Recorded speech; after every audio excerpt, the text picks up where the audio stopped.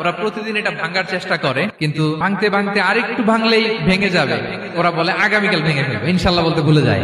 এজন্য এরপরের দিন এসে দেখে আবার এটা আগের মতো হয়ে আছে। কিয়ামতের আগ দিয়ে ওদের মধ্যে এই ইনশাআল্লাহর প্রেরণা আসবে। তাদের একজন বলে উঠবে আগামীকাল ইনশাআল্লাহ আমরা এটা ভেঙে খান খান করে দেবো, ঠিকই ভেঙে ফেলবে। তখন তারা ভেঙে চুরে কুটি কুটি ইয়াজুজ মাজুজের দল এসে হামলে পড়বে। সামনে পড়বে তাবারিয়া সাগর, একদল এসে তাবারিয়া সাগর এমন ভাবে খাবে, এই দল যাওয়ার পরে আরেক দল এসে এখানে যে সাগরে যে পানি ছিল এটা কল্পনাই করতে পারবে না। তারা পৃথিবীতে ফিতনা ফাসাদ করবে। ঈসা আলাইহিস সালাম তখন আসবেন, দোয়া করবে আল্লাহ তাআলার কাছে মুমিনরা, একটা মহামারী দিবে আল্লাহ তাআলা ইয়াজুজ মাজুজের মধ্যে, ওরা মরে যাবে সব।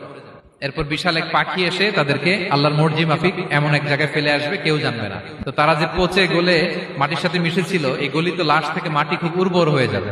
এরপর আল্লাহ তাআলা পৃথিবীর মধ্যে বারাকা দিবেন, কিছু রোপণ করলে তাড়াতাড়ি ফুলে ফেপে বড় বড় ফলমূল হচ্ছে। তো এটা কিয়ামতের আলামতের অন্য কোনো আলোচনায় হয়তো আমরা বলবো। তো জুলকারনাইন তিনি বিশাল এখানে প্রাচীর তৈরি করে দিয়েছিলেন, এবং প্রাচীর তৈরি করে দিয়ে তাদেরকে বলেছিলেন যে যতদিন আল্লাহ তাআলা চাইবেন এটা থাকবে, এবং যেদিন আল্লাহ তাআলার আদেশ আসবে এটা ভেঙে খান খান হয়ে যাবে। তার মানে দেখেন, এত পাওয়ারফুল, এত শক্তিশালী, এত ক্ষমতাধর হওয়ার পরেও তিনি তার ক্ষমতাকে কার দিকে ফিরিয়ে দিয়েছেন?